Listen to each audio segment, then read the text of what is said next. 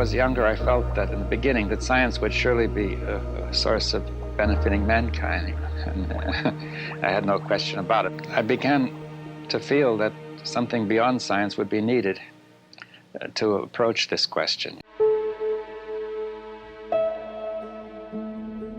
It was a night, and we were walking under the stars, the black sky, and he looked up to the stars and he said, ordinarily, when we look to the sky and look to the stars, we think of stars as objects far out and vast spaces between them. He said, there's another way we can look at it. We can look at the vacuum, at the emptiness, instead as a plenum, as infinitely full rather than infinitely empty. And that the material objects themselves are like little bubbles, little vacancies in this vast sea. So David Bohm, in a sense, was using that view to have me look at the stars and to have a sense of the night sky all of a sudden in a different way, as one whole living organism, and these little bits that we call matter is sort of just little holes in it. He often mentioned just one other aspect of this, that this plenum, in a cubic centimeter of the plenum, there is more energy matter than in the entire visible universe. David Bohm was a physicist, philosopher, explorer of consciousness. The man Einstein called his spiritual son, and the Dalai Lama his science guru. But his ideas were a threat to his peers in the science community, as well as to the government. As a result, he would pay a great price for sharing them at a time in history that was fraught, and with a world that was not ready to receive them. This is the story of his life and his explorations in physics, philosophy, and consciousness, and a search for unity and wholeness at the crossroads of science and spirituality.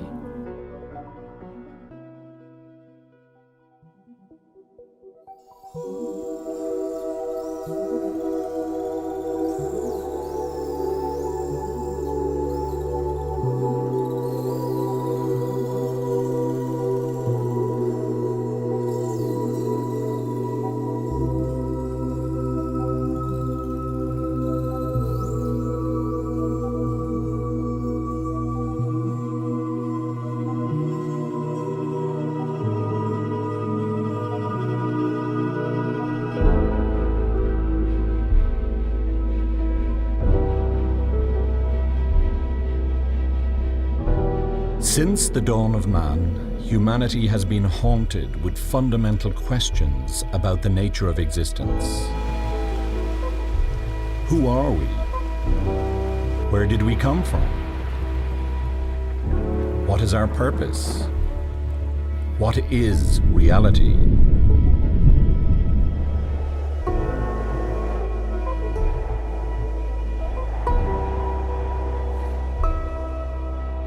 Buddha himself expressed to his follower, monks, scholars should not accept his teaching out of faith, but rather thorough investigation and experiment.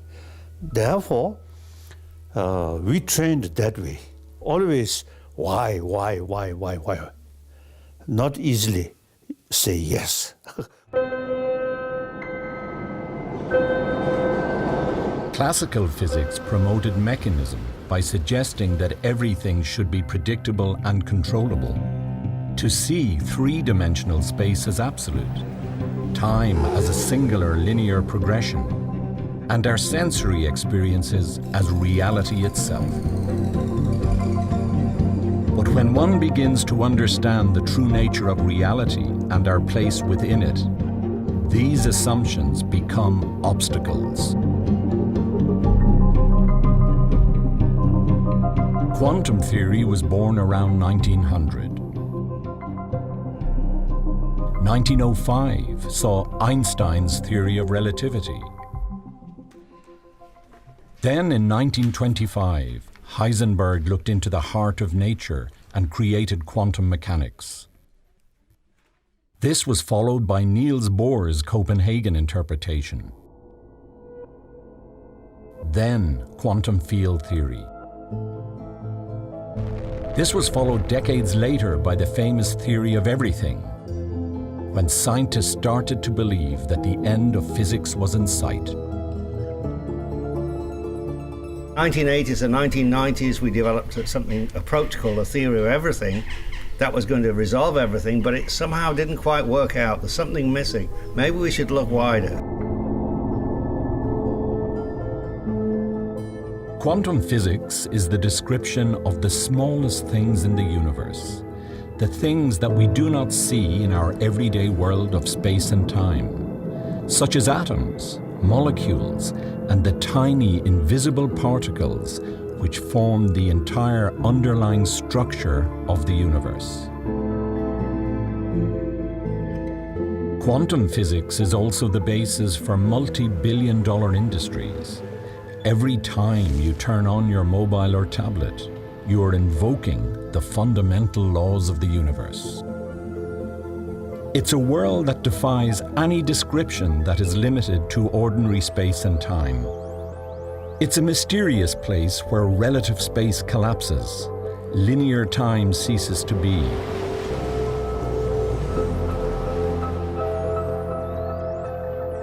Everything in the known universe emerges from it.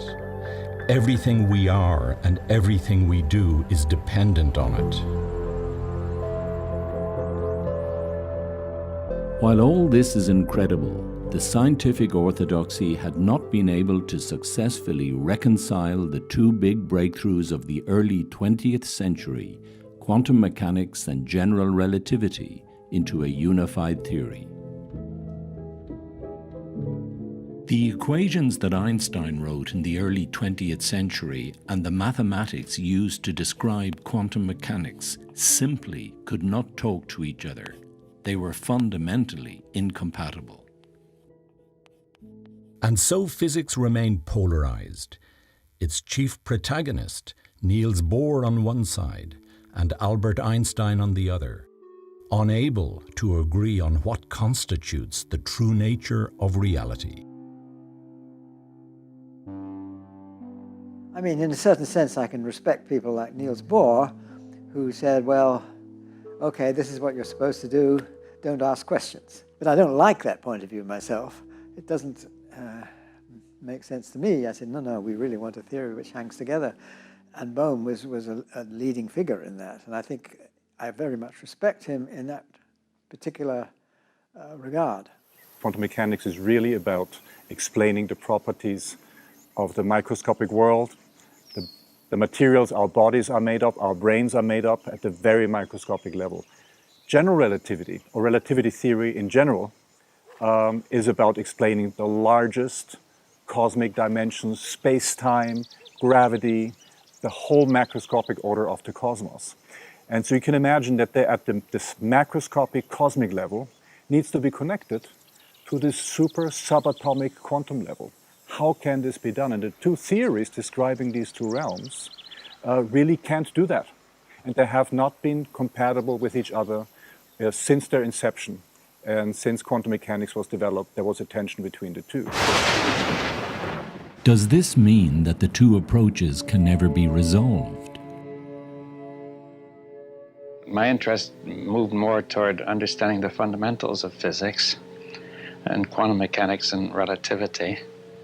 And I became especially interested in how these fundamental theories are not clear, that their basic ideas are unclear and they contradict each other. Bohm was thinking very deeply about that and said, okay, we don't need a new idea. We don't need a new theory. We don't need a new bit of mathematics, which everybody else was trying. What we need is a radically new order to physics. As you can imagine, this rocked the foundations that had been set by the founding fathers of physics. But perhaps, as Bohm was suggesting, it was time for a new law to describe both the seen and the unseen. with that absolute contradiction of the two basic theories, I said we could try to find out what they had in common. Now, what they have in common is what I call undivided wholeness. Just as Copernicus had upended cosmological thought in the 16th century by suggesting that the Earth was in orbit around the Sun and not vice versa, so too was Bohm starting to intuit that we needed a fundamentally new way to describe the connection between the macro and the micro. And my feeling is that gave that insight to Bohm, that this world we live in, it's all hard and fast. The explicit order, this is the explicit order, is really just a surface order. It's not a deep, profound order, and there's something lies underneath it, which he called the implicate order.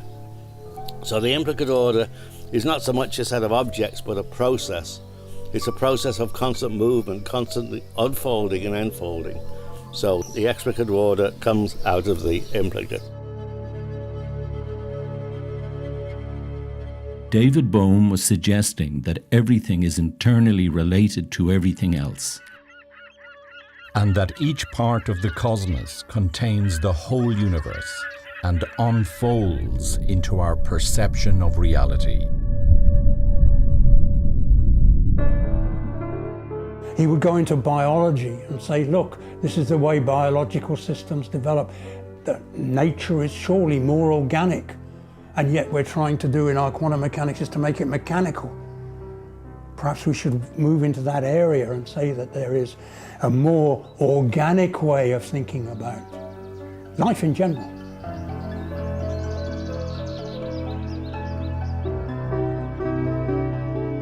That's the key. That's the deepest hidden level of reality, the gate of all wonders.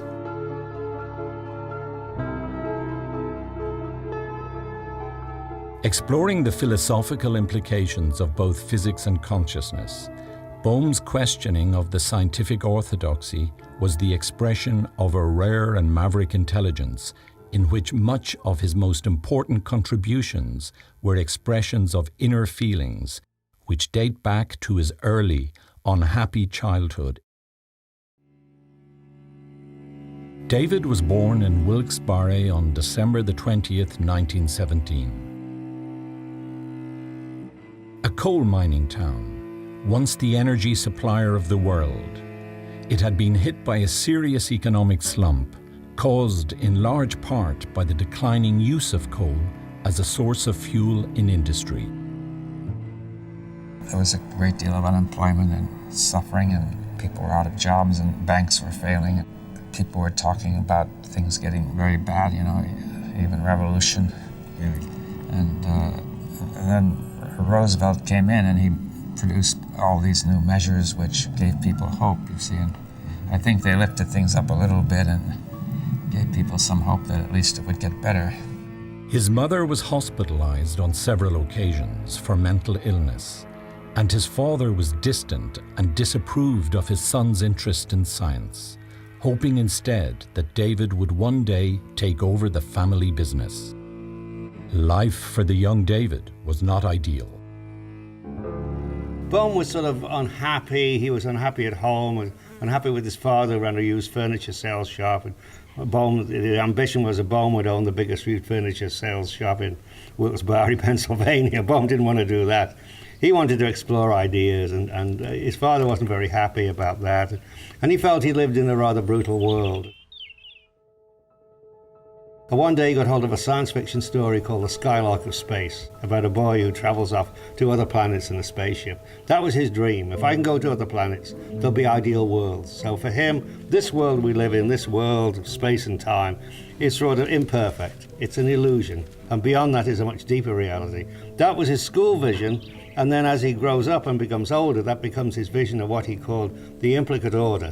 That beyond the everyday Newtonian worldview, there's a much deeper order he called the implicate order. And that was what he was groping towards.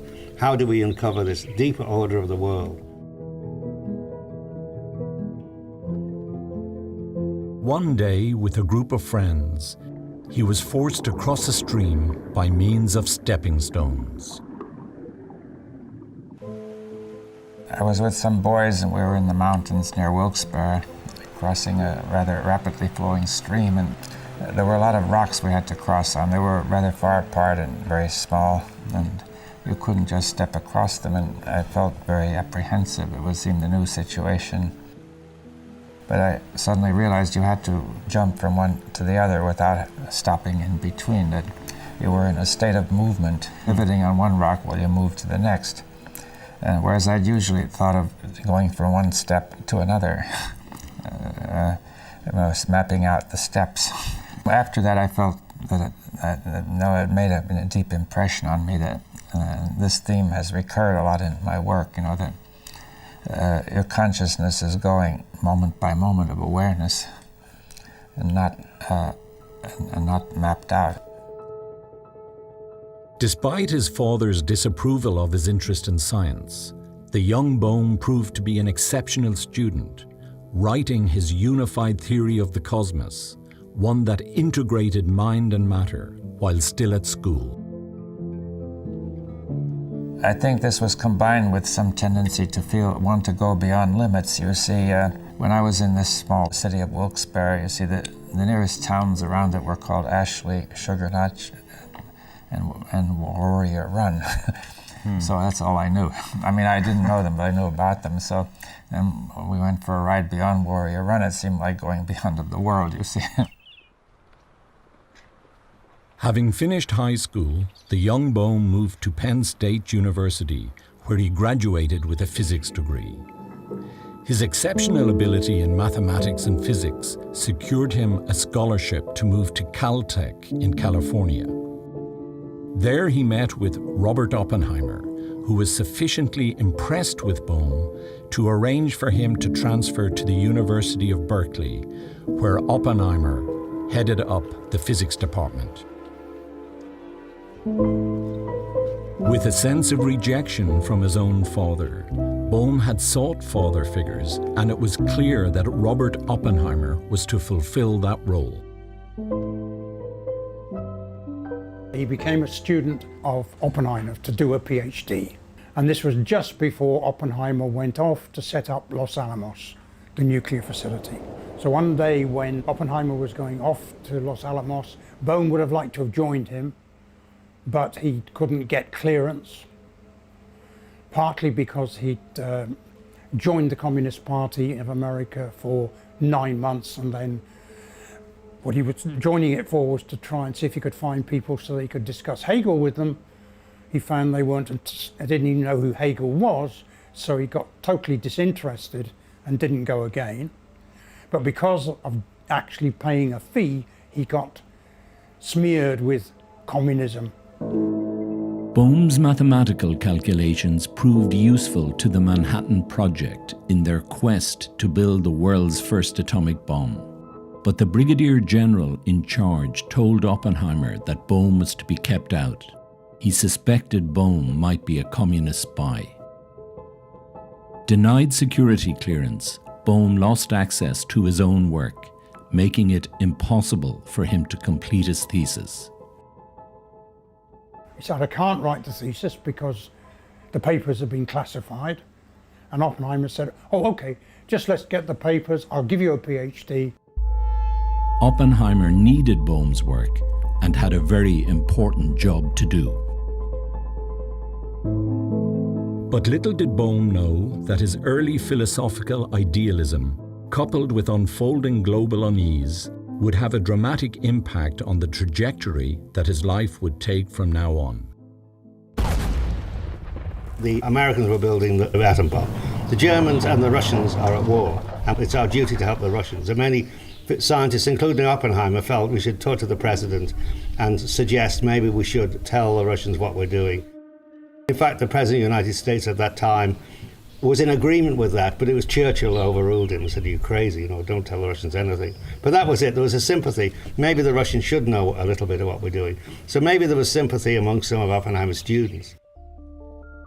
Oppenheimer had gathered around him a circle of exceptional research students.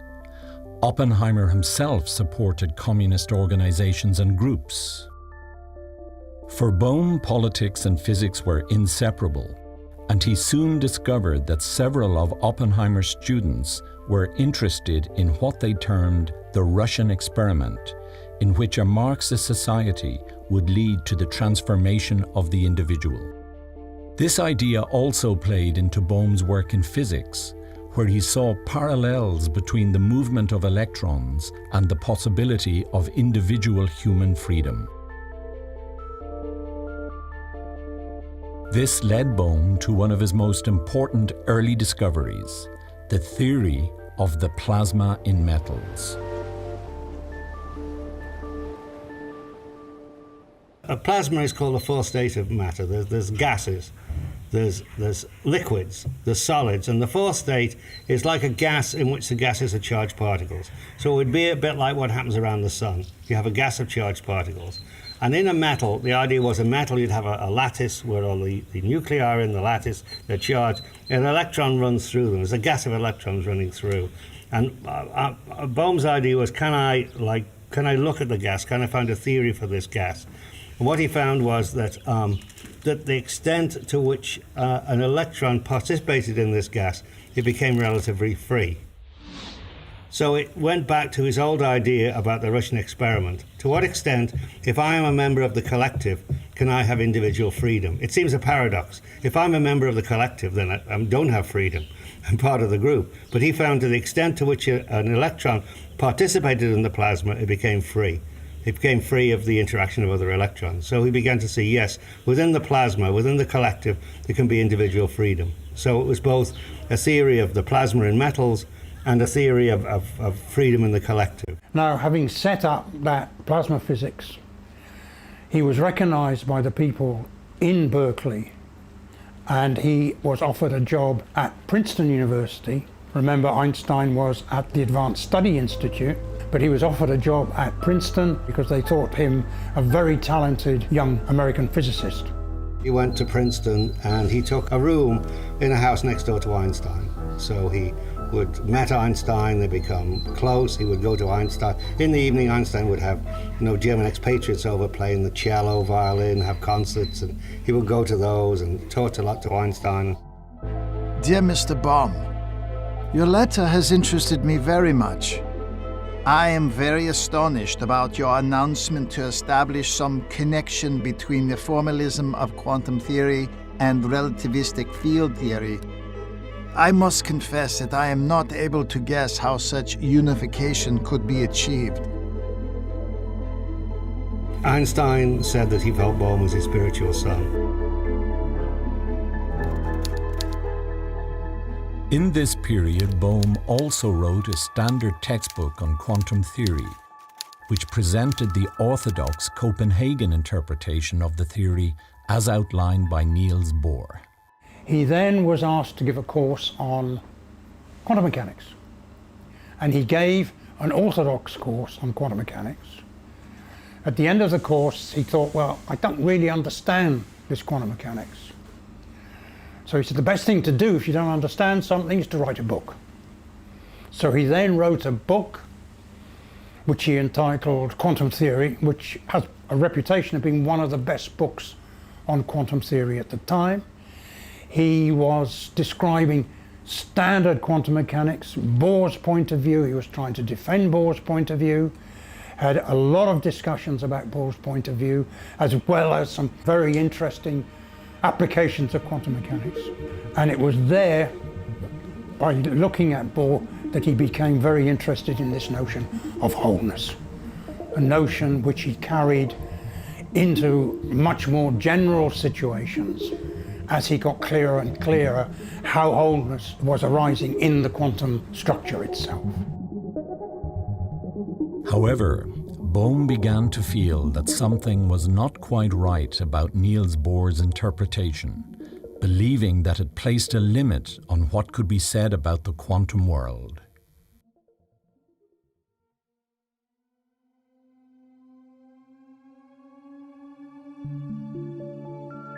The quantum domain is the subatomic realm, the world of the smallest things in the universe, all that is invisible to the naked eye.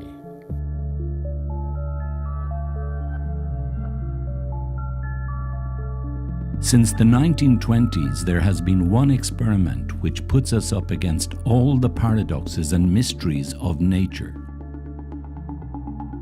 The double-slit experiment, which showed how everything we assumed about electrons since their discovery in the 19th century had been wrong. If we fire electrons through two slits, they start as particles, but instead of creating two distinct bands on the wall on the other side, they in fact create an interference pattern like waves. In an effort to decode this mystery, physicists decided to put a measuring detector by one slit. But when they did, the electrons did not produce any interference pattern.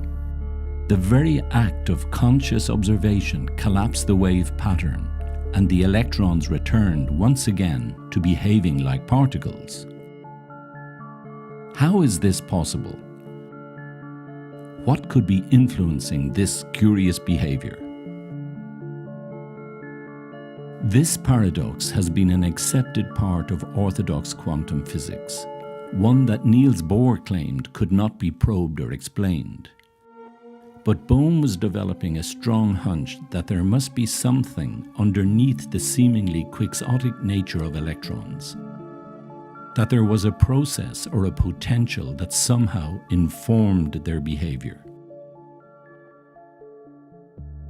Bohr had this idea that we could not say anything about the underlying reality, and people have taken that also to mean that there may not be an underlying reality. Einstein completely disagreed with this point of view.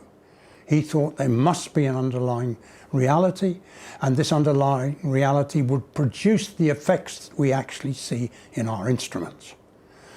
Now the question then was, what is that underlying reality? Bohm was saying, yes, we can talk about quantum objects, we can talk about the quantum world, but the quantum world is radically different from the classical world. Bohm felt that something mysterious was happening. And the key for Bohm is that what we observe as distinct and separate in our everyday world of space and time is in fact connected and not separate at the deeper quantum level, because they are part of a single system where separation does not exist.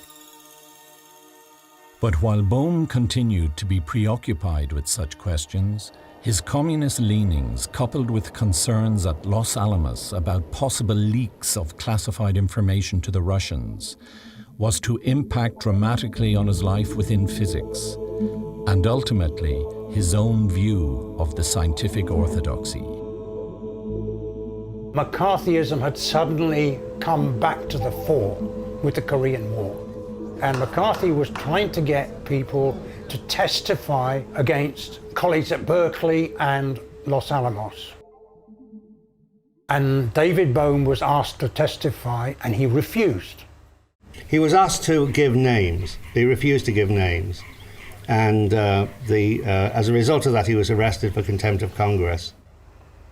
He wanted to plead the First Amendment, which is freedom of speech. But the lawyers suggested, no, that will be a difficult thing to get out of. You must plead the Fifth Amendment. And the trouble with the Fifth Amendment is that it's essentially preventing you from incriminating yourself. McCarthy was absolutely frustrated with all these people refusing to testify. So he put to the Supreme Court that it should be illegal, to be made illegal or unconstitutional, to plead the Fifth Amendment in this case. And one day when Bohm was in Princeton, a sheriff came and actually arrested him.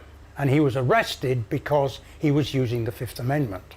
The interesting story here is that he said the sheriff was a very intelligent sheriff, and they had a discussion on the foundations of quantum mechanics as he was driven from Princeton to Washington, which is unbelievable, but typical David Bohm. Then he was bailed, but very shortly after the bail, the High Court ruled that it was not unconstitutional to plead the Fifth, and so he was released.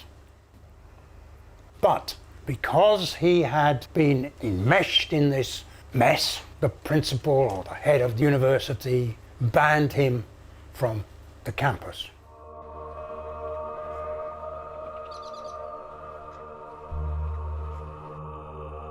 Einstein actually wanted him to become his assistant, but Oppenheimer objected. In fact, Oppenheimer saw Bohm in Princeton once and said, I thought I asked you to get out of the country because I think for your own safety you should leave the country. This was crushing to David Bohm on many levels.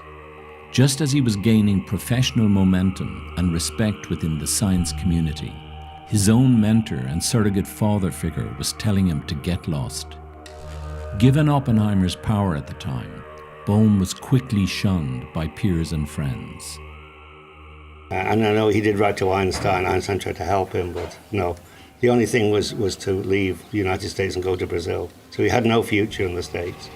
He just had to leave, and that was it.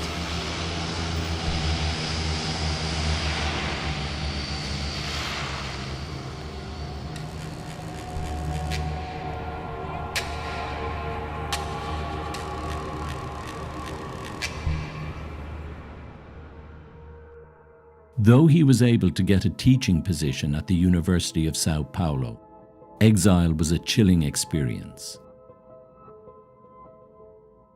At Princeton, he had been surrounded by friends.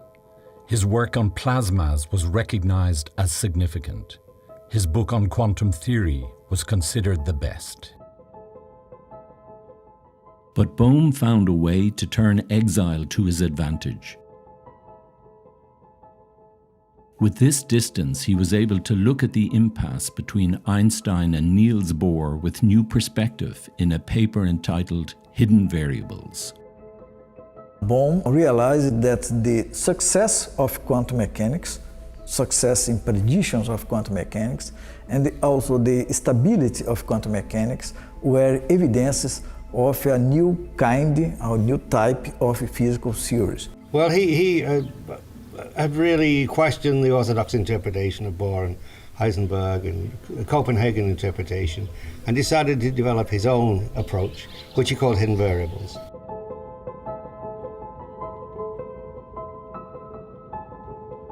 In the decades to come, hidden variables would become a key component to Bohm's intellectual legacy. But in 1952 it sparked hostility and would serve to finish him in the eyes of the physics orthodoxy. Bohm's hidden variables stated that the behavior of quantum particles were not chance processes, for the motion of electrons were guided by underlying pilot waves. When he finished his paper, he sent it for publication, believing it would act as a shockwave to physicists.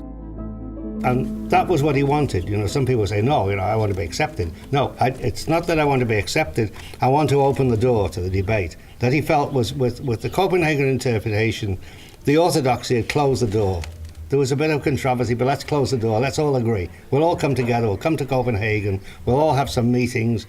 We'll have a lot of arguments, but in the end we'll agree, okay, we all believe the same thing. No, Bohm said, I want to open it up. So that's what he felt. When this paper comes out, it'll cause great controversy. He's in Brazil, the paper appears, nothing. He hears nothing. Only heard from one person, De Broglie's assistant. That's it, he heard nothing. And he was shocked. Why? Why is there nothing? Why aren't people writing to me? Why is there no controversy? This deeply puzzled Bohm, and it was only later that he discovered the reason. There was a student who had read Bohm's paper in Princeton when Bohm wasn't in the country, and took the paper to Oppenheimer and said, look, this is what Bohm wrote. Nobody refers to it. Nobody's discussing it. What's wrong with it? And Oppenheimer said nothing. That Oppenheimer had called a conference at Princeton, invited the leading physicists to discuss Bohm's paper and find a flaw in the argument. If we cannot find an error in Bohm, we must all agree to ignore him. So word went out, ignore Bohm. And that's what Oppenheimer had done, ignore Bohm. And that was, for Bohm, a tremendous shock. Few people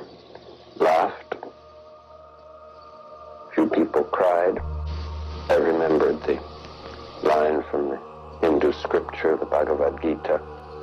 Now I am become death, the destroyer of worlds.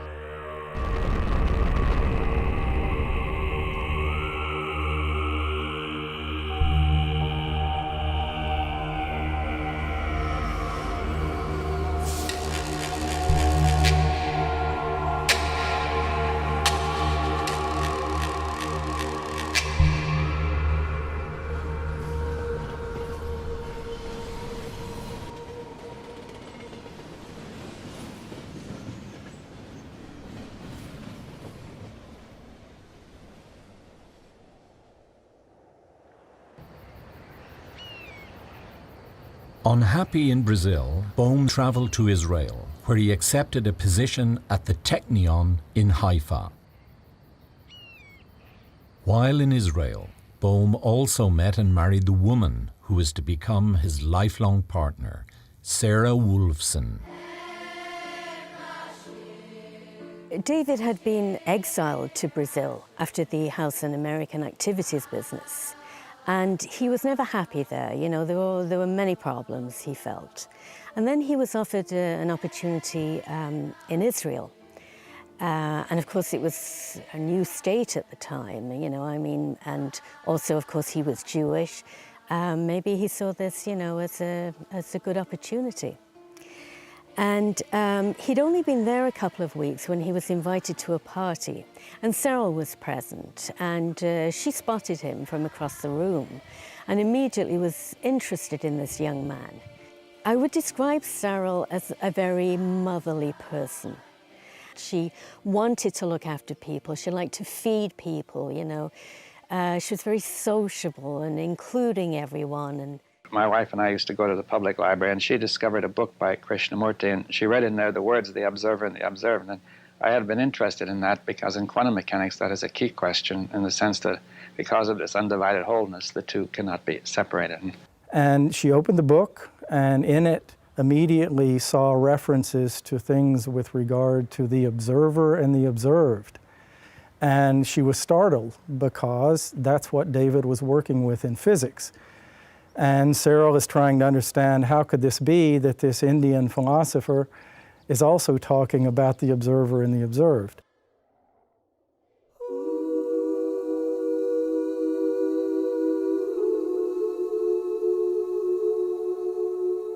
From Israel, Bohm moved to Bristol, and it was here that his fundamental ideas on the nature of reality began to take fresh impetus. In Bristol, Bohm left his hidden variable ideas behind and was now focusing on the fact that despite decades of work, physicists had been unable to reconcile quantum theory with Einstein's relativity. He's left behind his hidden variables. He's left that behind, and now he's asking, why has there been decades of work on relativity and quantum theory, the two key theories of physics? Why are there two? Why is not just one theory, one unified theory, as Einstein had hoped there would be? And so he's wondering, do we need a new theory? Is that the issue, or is it a completely new order to physics, a new approach? And that was what he began to think about, what he called the implicate order. We need a radically new order. So that was where his thinking was when he arrived in Britain.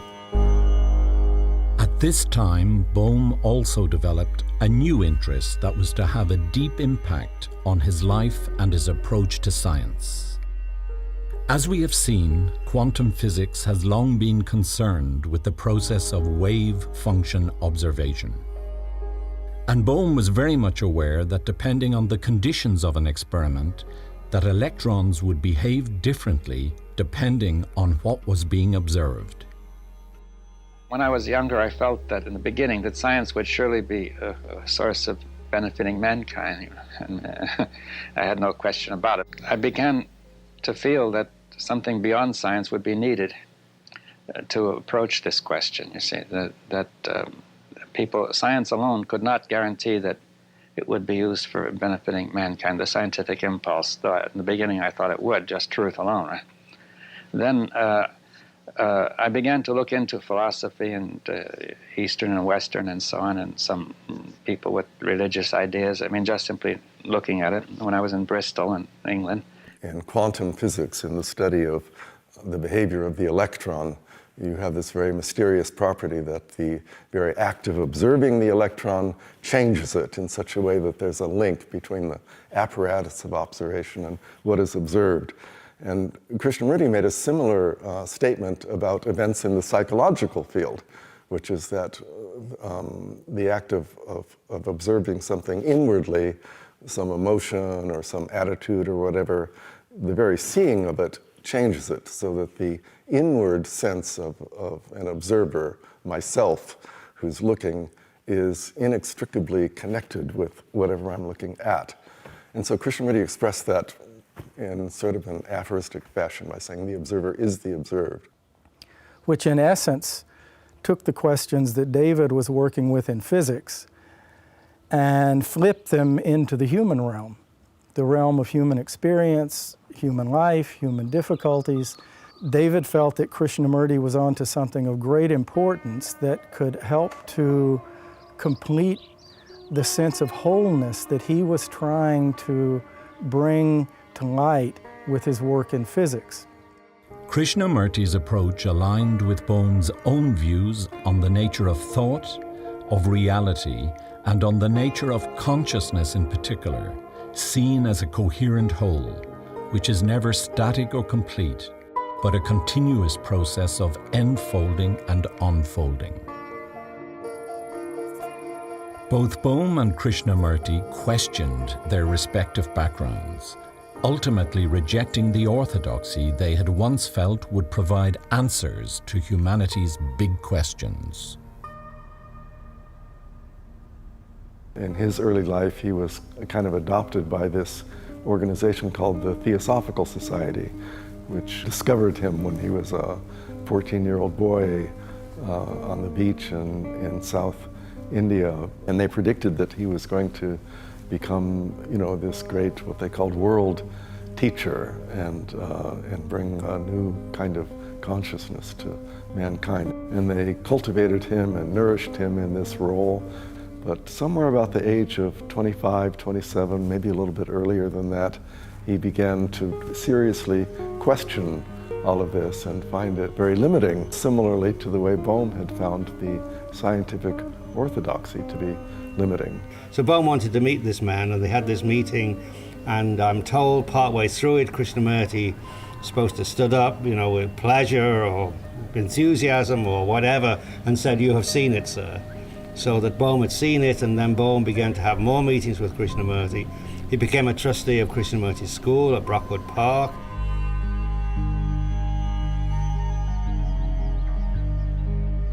It was at Brockwood Park that Bohm and Krishnamurti entered into a series of conversations whose themes covered the ending of time, the nature of mind, cosmic order, and much more over a 25-year period.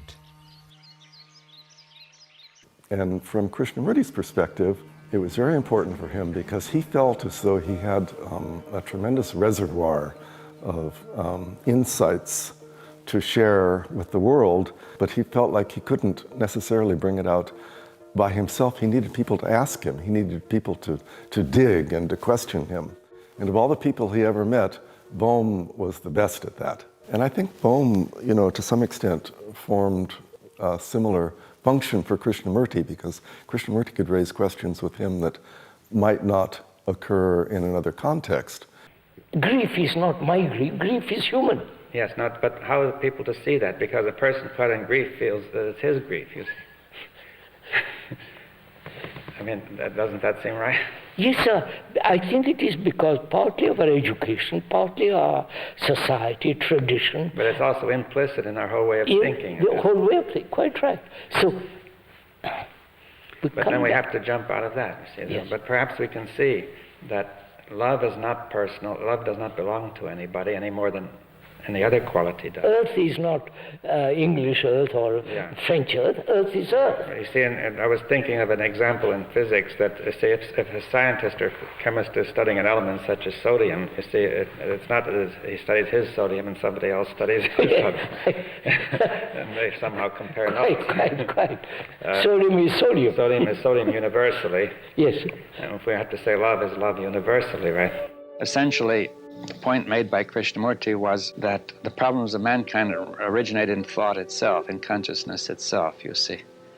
And as previous to that, I had grown up believing that poverty was the main problem of mankind, and science would help me eliminate that.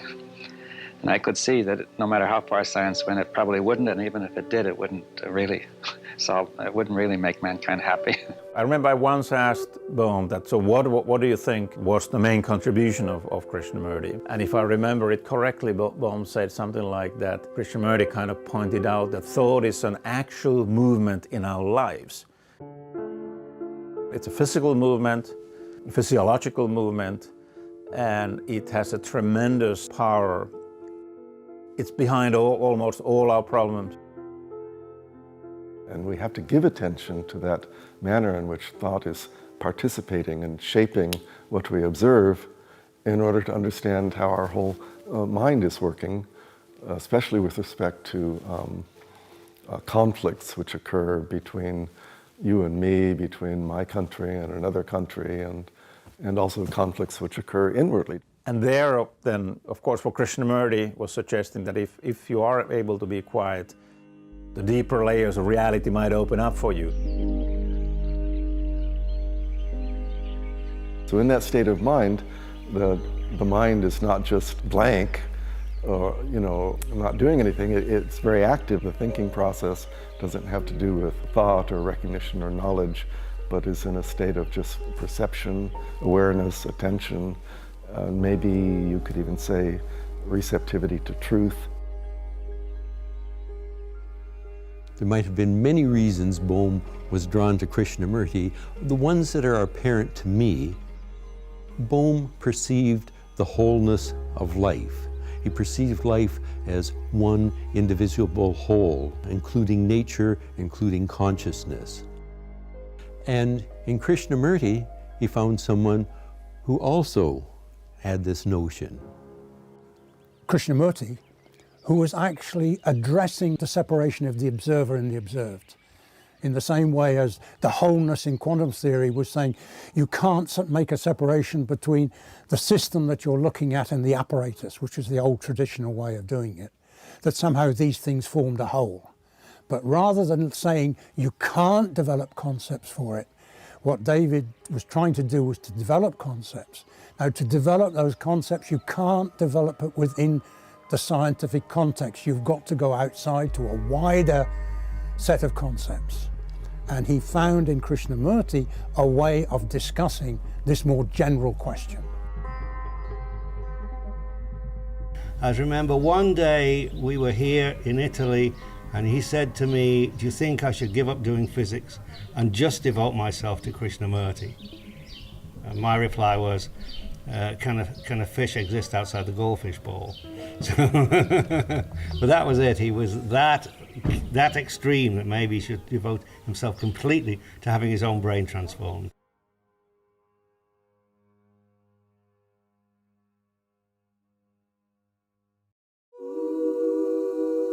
Having settled permanently in the UK, it was while at Birkbeck College in London that Bohm formed one of the most enduring science partnerships of his life with physicist Basil Hiley. And he also had an unexpected and welcome encounter with a forgotten theory, and that encounter changed everything. At that time, David Bohm was developing a new idea which was called structure process. That basically we want to start with process, not particles moving in space-time, but a process from which both particles and space-time can emerge. Very radical ideas. Chris Dewdney and Chris Philippides came up to me and said, why don't you talk about the 52 paper? And that's when I said, because I think it's wrong. And that's when Chris said to me, Basil, have you read the paper? And I then had to agree that I hadn't. It had been decades since the physics orthodoxy had blackballed Bohm and his hidden variables. It would take a new team of mavericks to unearth this critical work and resurrect it for a new generation. Well, I got to know David Bohm quite well when I was a lecturer at Birkbeck College. But we had many very interesting discussions, and Bohm was somebody who I got a lot from. I always thought that he was very much like a wave function himself, that you'd ask a question, you see, a very specific question, and he would be very focused and give you a deep, very focused answer to that question. And then it would start to spread out, and it would encompass a little more about physics, and it spread out, and then about philology and about human nature and so on. And I'd get a bit lost about what's going on. So I needed another question. I'd ask him another question, and whoop, the conversation would focus itself very deeply on this particular point, and he would give a very succinct answer to that, and then again he would spread out like this. So it's just the way a wave function, as you measure it, is the particle here, and whoop, you see, and then it spreads out again like this. They'd finally developed sufficient computing power needed to run the complex mathematics required to describe Bohm's hidden variables. I think it'd be a very valuable thing if we could show clearly how Bohm's 52 theory worked in the two-slit experiment, because obviously the two-slit experiment is the iconic experiment in the interpretation of quantum theory. And so, yeah, Basil went off, read the papers. I set about calculating the particle trajectories for this, and Chris Philippides produced the quantum potential picture. And that's what Chris was absolute master at, was actually developing computer programs to actually simulate this, and let's have a look at what is going on here. When we put the two together, I mean, we were initially, I think, quite staggered by how amazing this story was, which had never been told in any sort of clear, detailed way. And there were the trajectories for the two-slit experiment. Wow! You could actually see in the images that we produced exactly how you could have particle trajectories in the two-slit experiment and account for interference, something, of course, which is forbidden in normal quantum theory.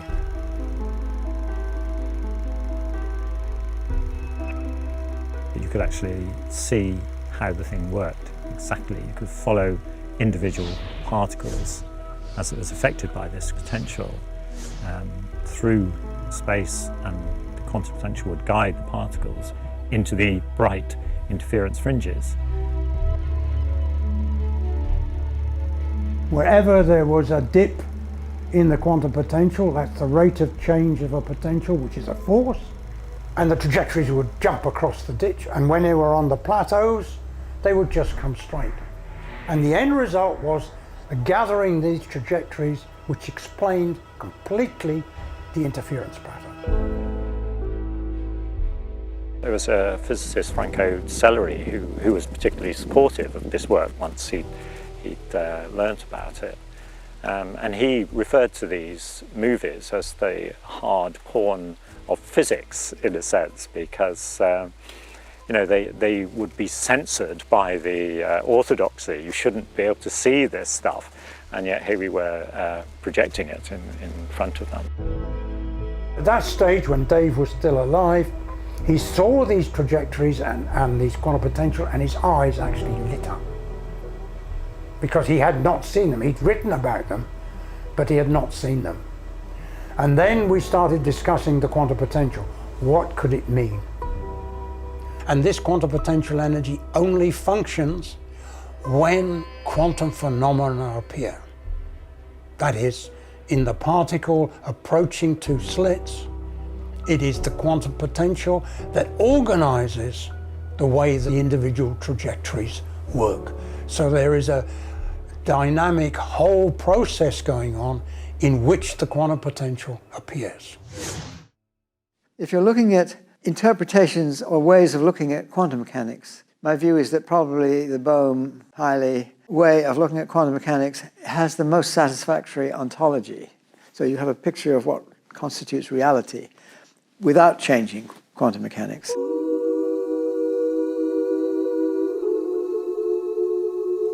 The Bohmian theory made a clear prediction about the non-locality of the world.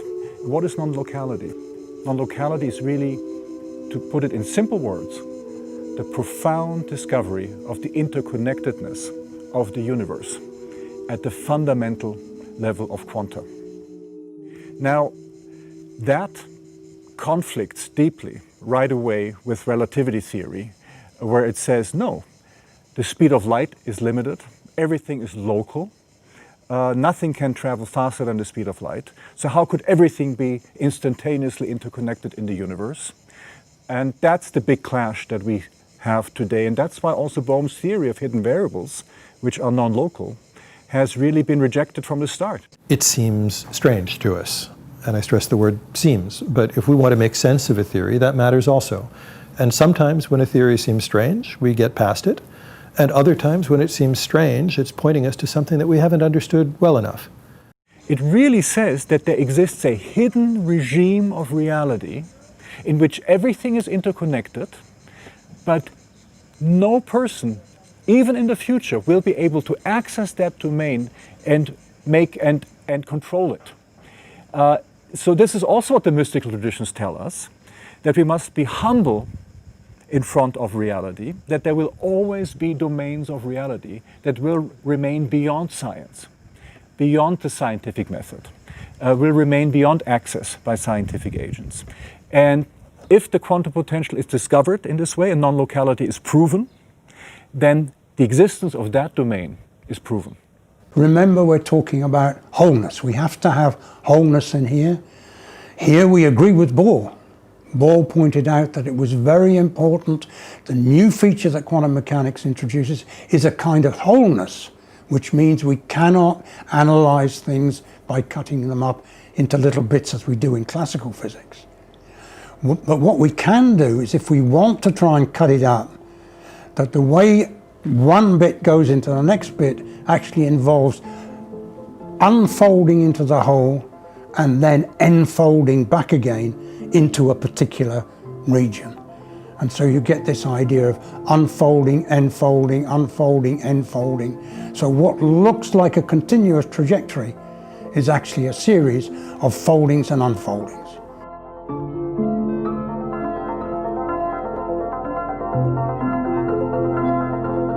I tried to get some idea of what might be the process which was implied by the mathematics of the quantum theory. And this process is what I call enfoldment, that the mathematics itself suggests a movement in which everything, in which any particular element of space may have a field which unfolds into the whole, and the whole folds and enfolds into it. Right?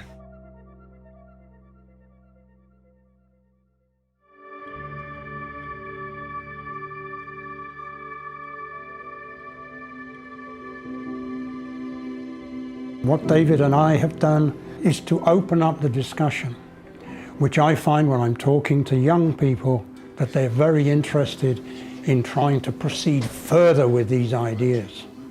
In other words, some of them have actually got it, as I put it. They know in their basic feelings that this is an interesting way to go. The lab at University College London is at the centre of experiments to prove the existence of the quantum potential. If the quantum potential exists in this way, then that really is the first evidence for the profound interconnectedness of the physical universe at a very deep fundamental level. That would revolutionize our scientific worldview. It would validate those views of unification, those views that speak to the holism of the universe. And it truly would be a confirmation of a kind of holism that religions and spiritual systems and mystical systems have intuited for many, centuries and millennia even. So what does all this mean for you, for me, the universe, and everything? Bohm suggests that out of perceived emptiness, out of the so-called vacuum state, particles interact with, respond to, and are informed by an information potential which allows the cosmos to emerge. So it's the information, informing action of the quantum potential that makes it possible for the physical universe to be. Everything we know and everything we will come to know is already in formation, waiting to unfold into manifest reality. It's the implicate waiting to become explicate.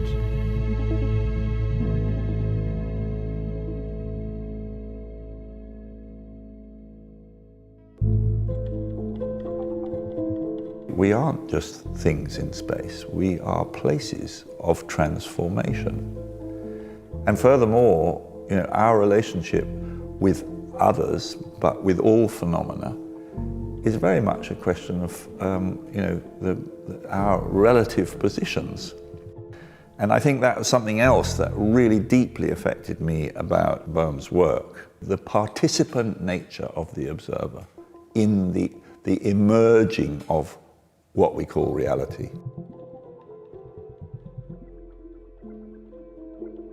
The way that quantum cloud works is that you are the determiner of what you see. This is a mess of, I think that, of elements that are both particles and hopefully trajectories that come together, and depending on where your position is, either in a boat or walking along the side of the Thames, and depending on the time of day, you will see or not see the possibility of a body.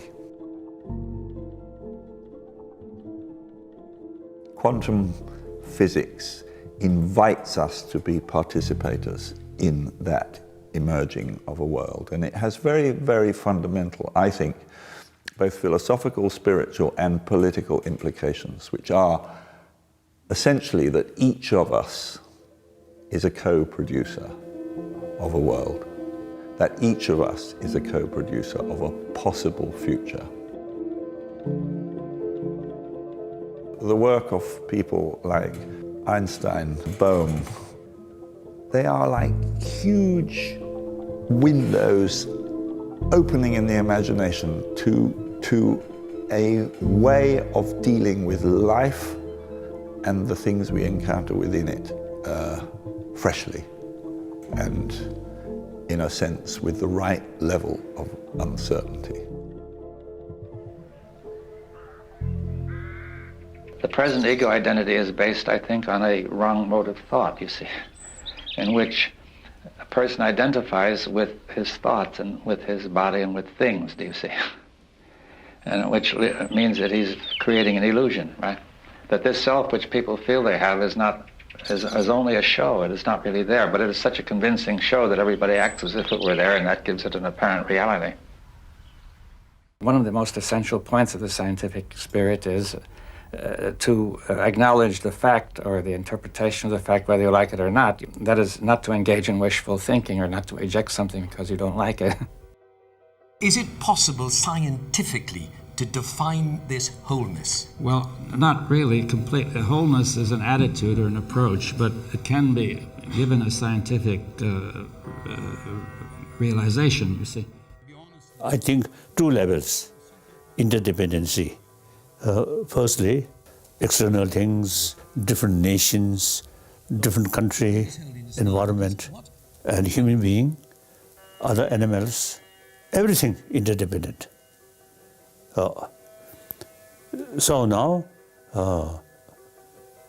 according to that reality, we have to take care about the whole world and environment.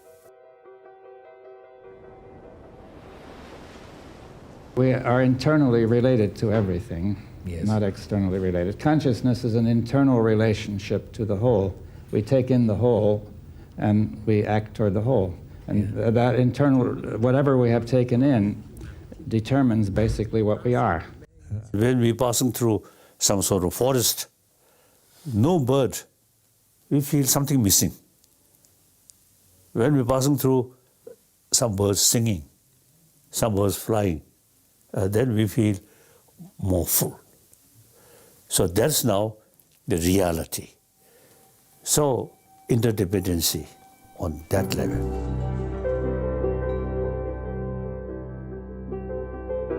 Bohm's model of the implicate and explicate, I think, is talking about how the subject-object split, duality, emerges from a ground which Lao Tzu would call the Tao, which is non-subject, non-object, but a unity, a wholeness.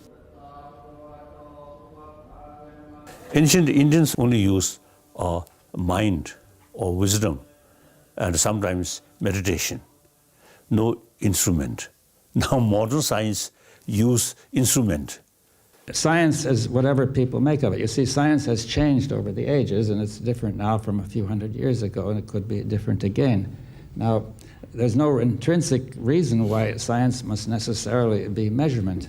This is another historical development which has come about over the past few centuries. It's entirely contingent and not absolutely necessary. So far we know is part.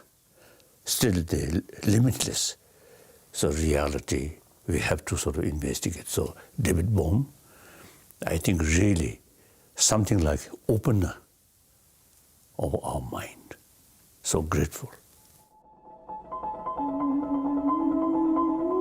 In all the areas that he worked in, he was constantly pushing.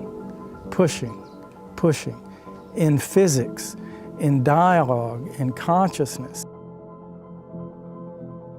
He became a scientist, I believe, in order to benefit humanity.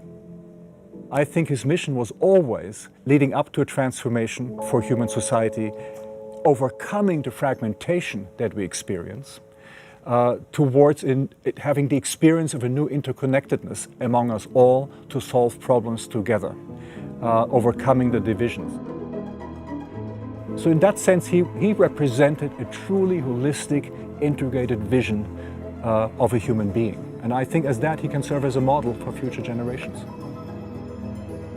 It's a revolution. It has radical implication about how we live our life, how we interact with the earth, how we interact with each other. And that revolution is unfinished. If we aspire to go beyond our present state of consciousness, if we truly want to be happier, to love and know ourselves better, to regain meaning and wholeness, the old disciplines only serve to deepen the illusion of manifest reality. We must look beyond the veil of form to a realization of oneness, present in you, in me, the universe, and everything.